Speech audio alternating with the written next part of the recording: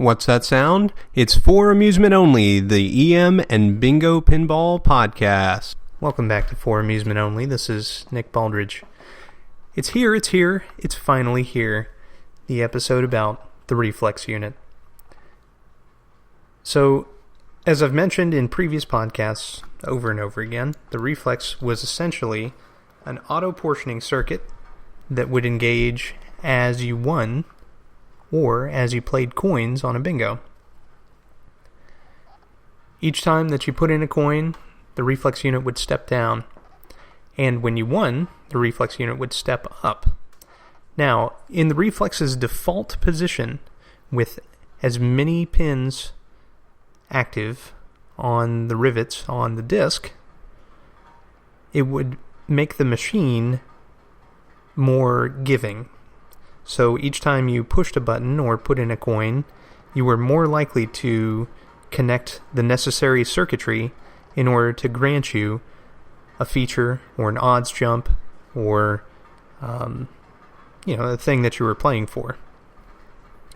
So as you won, as you racked up the replays on the machine started to clamp down, and it was less and less likely to grant you those. You had to put in more and more money or push the button more and more times in order to get the same features and odds jumps. The worst time to play a bingo is right after someone has won a bunch of credits on it. If you walk up and start trying to play, you will end up spending much more money in order to achieve the same effect. This is why Phil Bogema's strategy of only playing a few coins and starting with even the lowest odds, where you have your greatest chance of recouping your cost, is wise. The other thing to note about the Reflex is that it was what amounted to a trade secret. The Reflex Unit was not documented, and it was not put on the schematics. This persisted for years and years and years, starting from the Reflex's invention with the horse racing games in the 1940s, up through the 60s, and the Magic Screen games. Now, when Bally switched to creating the 20-hole games, the Reflex Unit suddenly started appearing on the schematics. And it's a really interesting thought process that must have happened. Now, I've read some stuff at this time, and of course I can't confirm anything because I don't know anything, but I've heard that as Bally became a publicly traded company, they wanted to distance themselves a bit from their gambling image. And so they started making the games a little friendlier, I guess you'd say. And this is one way that perhaps they did this, because the Reflex Unit was a mystery to operators as well. And I'll get back to that point in a minute. But as a player, something that I've heard before is that the machine would take more button presses over time, and that's 100% due to this Reflex Unit. Now, United also had a Reflex Unit, and as I mentioned in my brief overview of United versus Bally, they were in stiff competition trying to one-up each other with these bingo machines. And as I've also mentioned before, these bingos earned big money. They were a big deal. So both Bally and United sold an awful lot of them, and they earned a lot for the operators. If you listen to the Vic Camp interview, you'll hear that in New Jersey, there were essentially the same group of machines maintained for years and years and years without being switched out. Well, those machines are racking in the money. It's just incredible to think about. But getting back to the Reflex, in the 1970s, they started putting in a reflex adjustment. This reflex adjustment was a Jones plug, which was comprised of 4 different wires. The idea being it would mate into a 6 or 8 pin female Jones plug. Now, this 6 or 8 pin female Jones plug would only have 2 or 4 wires attached. And so you would want to connect the most wires in order to make the reflex as permissive as possible. What this would do is it would allow the reflex to step down faster with that adjustment than it would if you had none of the wires connected. So the reflex is also interesting because the machines would be shipped with extra reflex gears. These reflex gears are they're probably about 2 inches in diameter. I'm sure someone will correct me. Maybe they're 2.5 or 3. Well, at any rate, there were several different gears that were shipped with each machine, and the operator could swap them out. Now, there were operators that were in the know as to what these things were, and again, I'll come back to that in just a second, but they would swap out the gear to get the optimal ratio of step up versus step down. The operators wanted it to step up faster in order to take more money. Most operators wouldn't want it to step down at a 1-to-1 ratio. So, the gears were another way that they could be adjusted.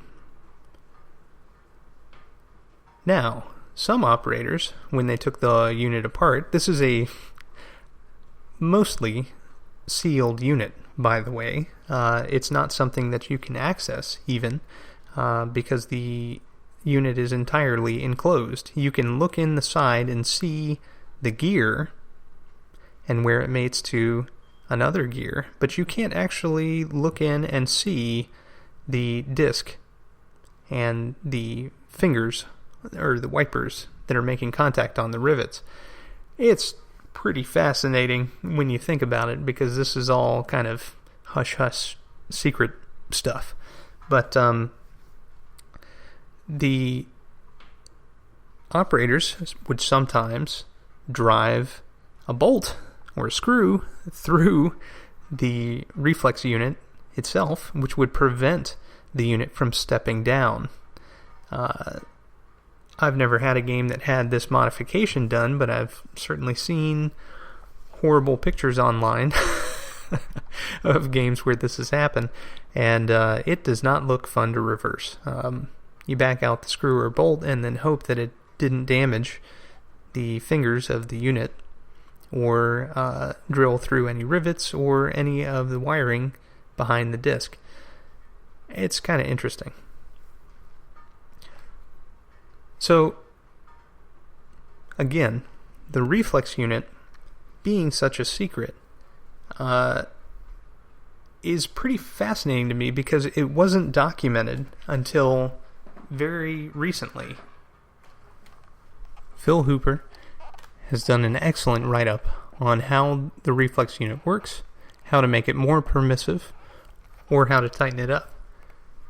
For the most part, collectors like to make it as loose as possible, and there are several ways to do this. One is to reset the reflex into its normal position and then cut the power to the coils. And that's kind of a heavy-handed approach. Another would be to use the gaff bolt, if it's got it, to limit how much the machine allows the reflex to step up. This is a built-in adjustment that prevents the stepping, not a drilled modification. But here's my take on the reflex, and here's what I like about it. It provides yet another dimension to bingo gameplay for me. I prefer to have mine operating as it came to me. So I do have a couple extra reflex gears, but I have not swapped them in because I like to have the machines running as they were when they were en route, preferably, just with all the features repaired if they've been cut. But as far as the reflex goes, I prefer to have that working as it came to me. So that means whatever the ratio of step up to step down, I leave it alone. I just make sure that the reflex is actually working, and it's stepping up appropriately when you win, and it's stepping down appropriately when you coin, and then I'm good. So I should mention, when I say coin, I mean either physically putting a coin in the machine or actually playing credits that you've won. You don't have to put in money in order to make the machine step it down. You're just playing money. But if you were to turn the machine off and back on, which would be if you got paid out, then the reflex would remain at whatever position it was at. Having the replay reset run does not step down the reflex unit. So, another interesting thing to note about reflex units is some games have more than one. Depending on the features involved and the way that those features paid out in credits, there may be a secondary reflex unit which controls the overall tightness of the game in combination with the other reflex unit. It's pretty fascinating how they thought of this back in the 40s. So, to leave you for tonight, I thought I would discuss how the Duran Duran song, The Reflex, actually has a lot in common with the reflex units found in these bingos and the horse race games. The last verse is, "Oh, the reflex, what a game. He's hiding all the cards. The reflex is in charge of finding treasure in the dark and watching over Lucky Clover. Isn't that bizarre? Every little thing the reflex does leaves you answered with a question mark." Fairly interesting. Gives a whole new meaning to that song, doesn't it?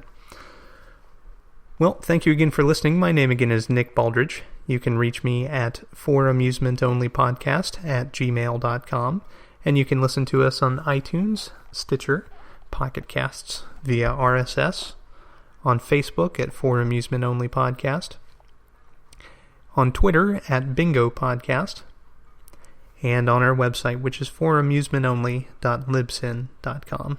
Thanks very much for listening, and I'll talk to you next time.